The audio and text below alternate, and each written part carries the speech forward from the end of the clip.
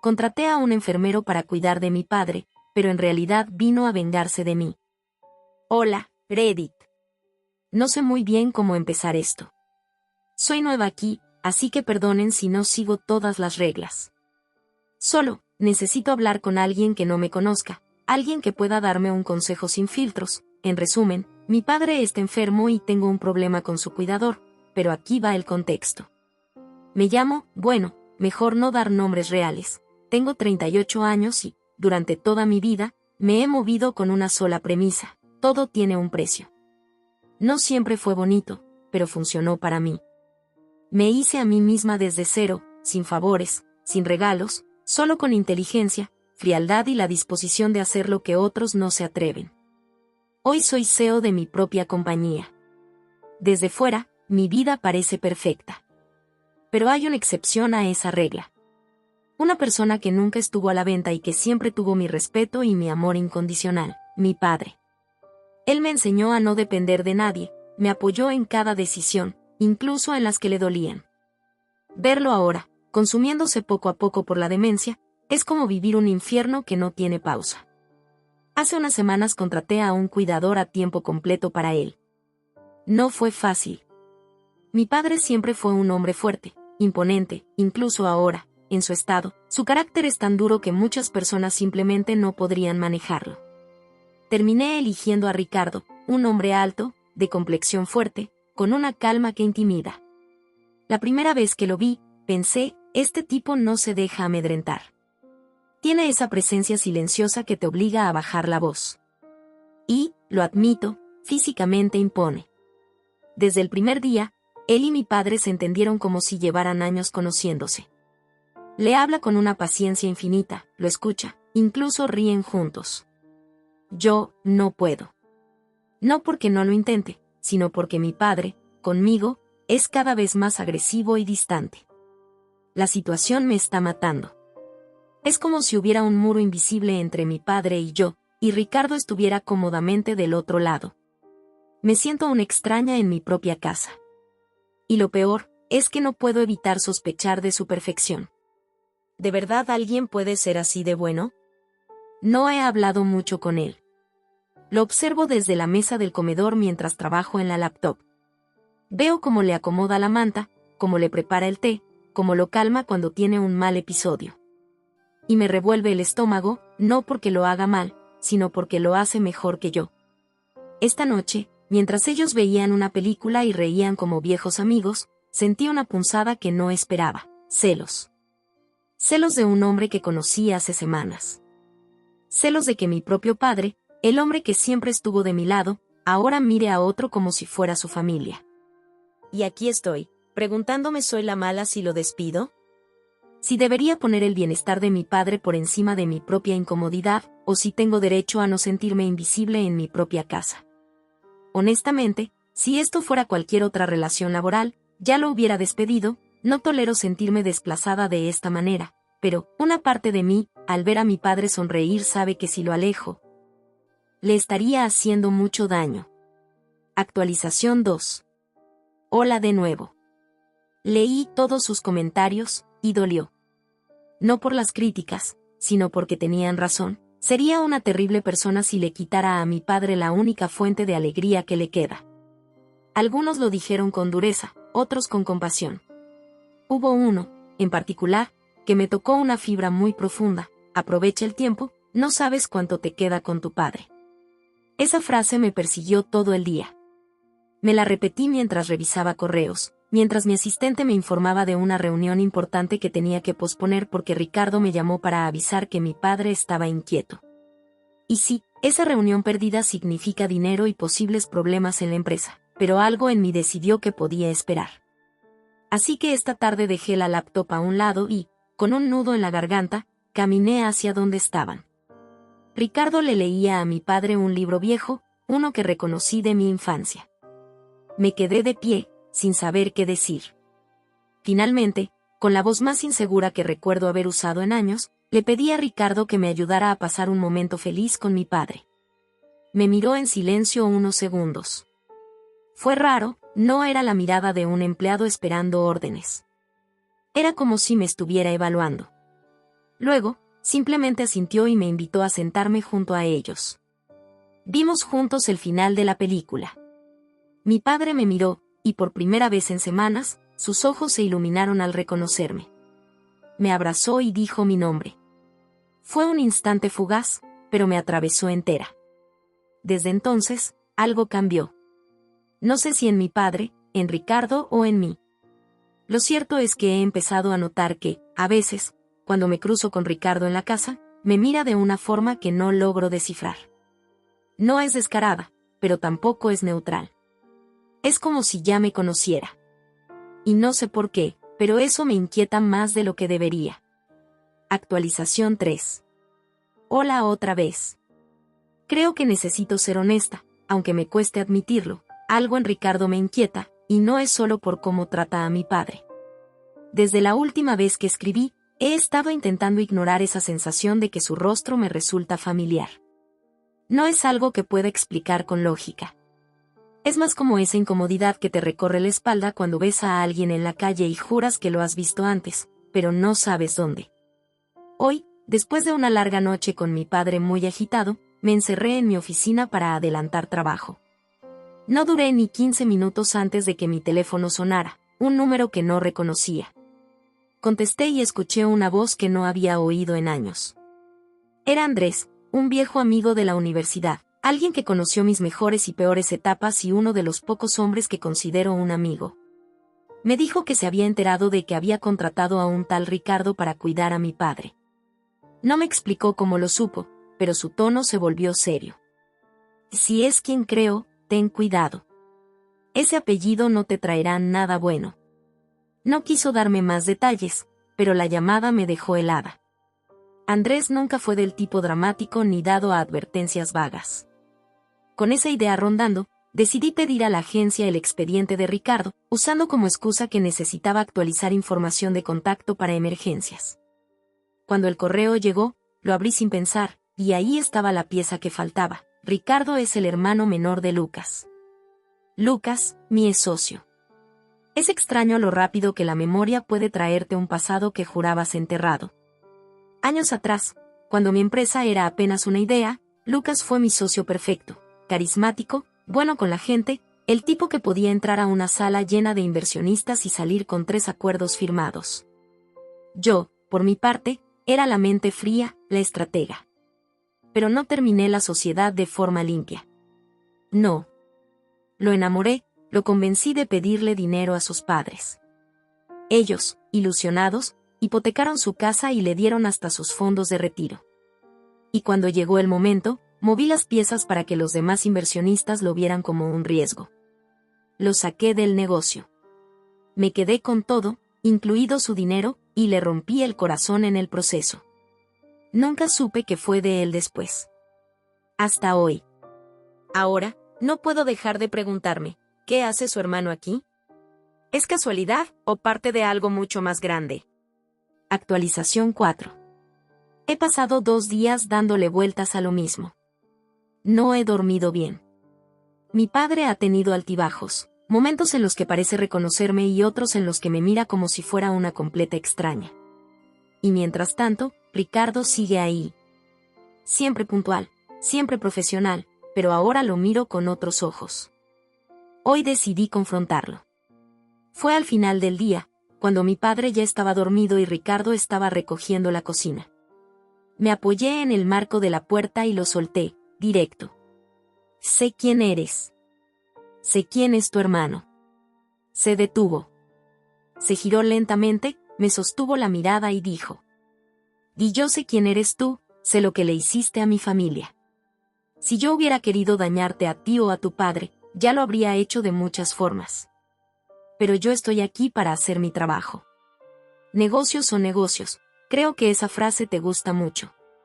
Luego se inclinó un poco hacia adelante, sin apartar los ojos de mí. Que te quede algo claro, no soy como tú, pero tampoco soy tan tonto como mi hermano. No sé por qué, pero esa frase me golpeó más que cualquier grito o amenaza. Había algo en la forma en que lo dijo, como si supiera exactamente dónde presionar para hacerme sentir vulnerable. Después de eso, no hablamos más. Se fue a su habitación y yo me quedé sola en la cocina, con el ruido del refrigerador como único sonido. Mientras tanto, en la empresa, las cosas empiezan a tambalear. He cancelado 2 reuniones clave esta semana y mi asistente me dejó claro que los inversionistas están preguntando por mi ausencia recurrente. No lo dijo con mala intención, pero sé leer entre líneas. Mi mundo profesional, ese que siempre tuve bajo control, se está llenando de grietas. Y aquí estoy, atrapada entre el miedo a lo que Ricardo pueda estar planeando, y la necesidad de tenerlo cerca porque, maldita sea, mi padre mejora cuando él está. Actualización 5. No sé si lo que voy a escribir sea importante para el conjunto de la historia, o si simplemente necesito soltarlo. En los últimos días, Ricardo ha mostrado una faceta que no había visto antes. A veces sigue siendo ese cuidador paciente, casi angelical con mi padre, pero hay momentos, breves, fugaces, en los que siento que me estudia, que mide cada una de mis reacciones. Ayer, por ejemplo, eran las 6 de la tarde. Mi padre dormía profundamente después de la comida y yo bajé a la sala buscando mi teléfono. Lo encontré, pero también encontré a Ricardo. Hacía ejercicio, flexiones y dominadas improvisadas usando una barra que había colocado en el marco de la puerta. Estaba sin camisa, con el torso cubierto de un ligero sudor, la respiración controlada, como si supiera que lo estaba observando. Me miró, sonrió apenas y, como si fuera lo más natural del mundo, dijo: «Su papá está descansando». Luego, sin apartar la vista, se puso la camiseta lentamente. No era una sonrisa cualquiera. Era esa mirada que yo misma he usado en el pasado con ciertos hombres, cuando sé que puedo obtener algo de ellos. Me quedé allí, con el teléfono en la mano, sintiendo una incomodidad extraña. No fue coqueteo abierto, fue más como una invitación a un juego que aún no entiendo. Esa noche no pude dormir. Cada vez que cerraba los ojos veía esa mirada. Y lo peor es que no sé si era miedo, curiosidad o algo más lo que me mantenía despierta. Actualización 6. La línea entre la tensión y el peligro se está volviendo demasiado fina. Hace 3 noches, llegué del trabajo agotada. Llevaba semanas durmiendo poco y soportando reuniones que se sentían como batallas. La presión en la empresa sigue aumentando. Un cliente grande está amenazando con retirarse, y sé que mi ausencia tiene algo que ver. Me serví una copa de vino. Luego otra. Cuando me di cuenta, la botella estaba casi vacía y el reloj marcaba la 1 de la madrugada. Ricardo me encontró en la cocina. Su mirada pasó del vino a mi cara y luego a la botella con una rapidez calculada. «Debería dejarlo por hoy», dijo, con un tono firme. Reí con sarcasmo y le solté: «Mis asuntos no son parte de tu trabajo». Su mandíbula se tensó. Dio un paso hacia mí y su voz se volvió más dura. «Son mis asuntos y su escándalo de niña borracha despierta a su padre». La frase me dejó fría. Nadie me hablaba así desde que aprendí a evitar que alguien tuviera ese poder sobre mí. Pero antes de que pudiera reaccionar, su expresión cambió. Se acercó aún más, tanto que pude sentir el calor de su respiración. Me tomó la mejilla con una mano, suave, pero no fue un gesto de afecto. Fue control. Puro control. Se inclinó hacia mi oído y susurró, con un tono que me erizó la piel: «No quiere que su padre nos escuche, ¿verdad?». Mi reacción fue instintiva, intenté darle una bofetada. Él la esquivó con facilidad, como si lo hubiera previsto. Luego tomó la botella de mis manos, y con una sonrisa que no alcanzó sus ojos, dijo: «Suficiente por hoy. Es hora de que la niña se vaya a dormir, o el coco vendrá y se la comerá». Me quedé inmóvil, sin saber si lo que acababa de pasar había sido una advertencia, una provocación o las dos cosas. Lo observé salir de la cocina con paso tranquilo, como si nada hubiera ocurrido, mientras yo seguía allí, sintiéndome extrañamente desarmada. Desde esa noche, cada vez que lo escucho caminar por el pasillo, siento una mezcla de alerta y atracción. Y eso, honestamente, es lo que más me asusta. Actualización 7. No sé si estoy escribiendo esto para pedir ayuda o simplemente para no sentirme tan sola. Hace unos días, mi padre tuvo una caída. Fue en el baño, intentando levantarse solo. Ricardo y yo lo llevamos de inmediato a urgencias. Recuerdo cada sonido de esa noche, las sirenas de la ambulancia, el golpe seco de la camilla contra el marco de la puerta, el pitido monótono de las máquinas en el hospital. Los médicos fueron claros. Demencia de rápido avance, con un deterioro neurológico que avanza a una velocidad alarmante. Además, una infección severa que su cuerpo, ya debilitado, no tiene fuerzas para combatir. Nos dijeron que es cuestión de tiempo, y no mucho. Mi mundo se encogió a la cama de hospital de mi padre. Me paso las horas sentado junto a él, observando cómo a veces su mirada se pierde y otras, por breves instantes, vuelve a ser él. Esos segundos valen más que cualquier contrato, cualquier cifra en mi cuenta bancaria. Y en medio de todo esto, está Ricardo. Ha estado conmigo día y noche. Me trae café cuando ve que me estoy quedando dormida, se queda de pie frente a la puerta del cuarto cuando no puedo más, me da ese tipo de silencios que no son incómodos, sino necesarios. Hoy, en una de esas madrugadas interminables, me armé de valor. Le dije a Ricardo que me estaba confundiendo. Que su actitud me desconcertaba. Que hacía que sintiera cosas que no sentía hace años, cosas que creí muertas. Él me escuchó en silencio. Cuando terminé, dijo que la prioridad era mi padre, que no debíamos distraernos. Y justo cuando sentí que me había rechazado, dio un paso hacia mí y me besó. Un beso suave, pero con una intensidad que me robó el aire y me dejó temblando. Desde ese momento, algo cambió. Sigue siendo cuidador y profesional, pero ahora también es, atento. Cariñoso. Me mira diferente. Se sienta conmigo en el hospital cuando ya todos se han ido y me deja apoyar la cabeza en su hombro. Me escuchó llorar sin decir nada, solo pasándome un pañuelo y quedándose allí. Y lo peor es que me está gustando demasiado. Me siento como la mujer que juré no volver a ser, vulnerable, expuesta. Me da miedo, y me encanta. Actualización 8. Mi padre falleció hace 2 semanas. Lo escribo y todavía no lo creo. La infección ganó. Al final, su cuerpo simplemente no pudo más. Estuve a su lado hasta el último segundo. Y no murió solo. En sus últimos instantes de lucidez, sonrió al ver a Ricardo y, por un momento, parecía en paz. Esa imagen la llevaré siempre conmigo. El funeral fue un borrón de abrazos, flores y frases vacías. Lo soporté en automático, pensando que al menos tenía a Ricardo. Durante los últimos meses, él había sido mi apoyo más constante. En medio de todo el dolor, creí que lo nuestro, lo que fuera que estuviéramos construyendo, podía convertirse en algo real. Pero me equivoqué. Apenas terminó el funeral, Ricardo se volvió distante. Frío. Evitaba quedarse a solas conmigo y yo en esa soledad llegué a sentir que ya no tenía motivos para seguir viviendo. Unos días después, me dejó una carta. No esperó mi reacción, no hubo un adiós ni un cierre real, simplemente se marchó. La carta lo explicaba todo. Nunca se había enamorado de mí. Todo había sido un plan. Una venganza meticulosa, pensaba desde el momento en que supo quién era yo. Usó su experiencia como enfermero para acercarse, ganarse mi confianza y mi afecto, solo para hacerme vulnerable y romperme el corazón. Tal como yo había hecho con su hermano Lucas. Me contó que después de que hiciera que echaran a su hermano del negocio, él se hundió en una terrible depresión. El mal de amor junto con la culpa de haber arruinado la vida de sus padres hizo que terminara en drogas. Un día simplemente Lucas desapareció y nadie ha sabido de él. Mientras tanto sus padres quedaron en la indigencia solos y a su suerte mientras él estaba terminando su último semestre de enfermería en otro país. Cuando regresó su madre había muerto por una enfermedad no tratada y él ha estado trabajando para ayudar a su propio padre. Negocios son negocios, escribió.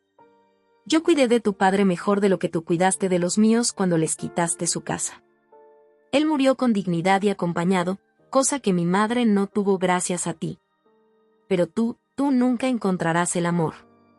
Estás destinada a quedarte sola y miserable. Eres basura. Cuando terminé de leer, me quedé sentada en la cama con la carta en la mano, sintiendo que todo el aire se había ido del cuarto. Me había roto, sí, pero no de la forma que yo esperaba. y sin embargo, no puedo odiarlo del todo. Porque, aunque su intención fuera herirme, fue la salvación de mi padre. Le dio alegría, calma y compañía en sus últimos meses, algo que yo no hubiera podido darle aún con todo el dinero del mundo, y eso me duele en el alma de una forma difícil de explicar. Por más cruel que haya sido el resto, es algo que no puedo borrar. Hoy me miro al espejo y veo a la mujer que me he convertido, alguien que ha lastimado, manipulado, destruido, y que, al final, me quedo sola. Tengo el dinero, la empresa, la reputación que creí que era todo, pero perdí al único hombre que me dio su amor incondicional. Tengo que seguir con mi vida, volver al trabajo y ponerme al corriente con todo lo que he descuidado en estos meses. La empresa ha recibido muchos golpes y las cosas no están nada bien, pero simplemente no tengo la fuerza. Ahora solo me queda el dolor y arrepentimiento. Y una pregunta que no me deja dormir: ¿puede alguien como yo redimirse, o esta soledad es el precio final? Y ahora, ustedes conocen toda la verdad. ¿Creen que la venganza de Ricardo fue suficiente? Aunque creo que la mayoría podría haber querido hacer cosas peores. Quiero leer sus opiniones en los comentarios. Si esta historia los mantuvo intrigados hasta el final, no olviden dejar su like, suscribirse y activar la campanita, así podrán acompañarme en el próximo video.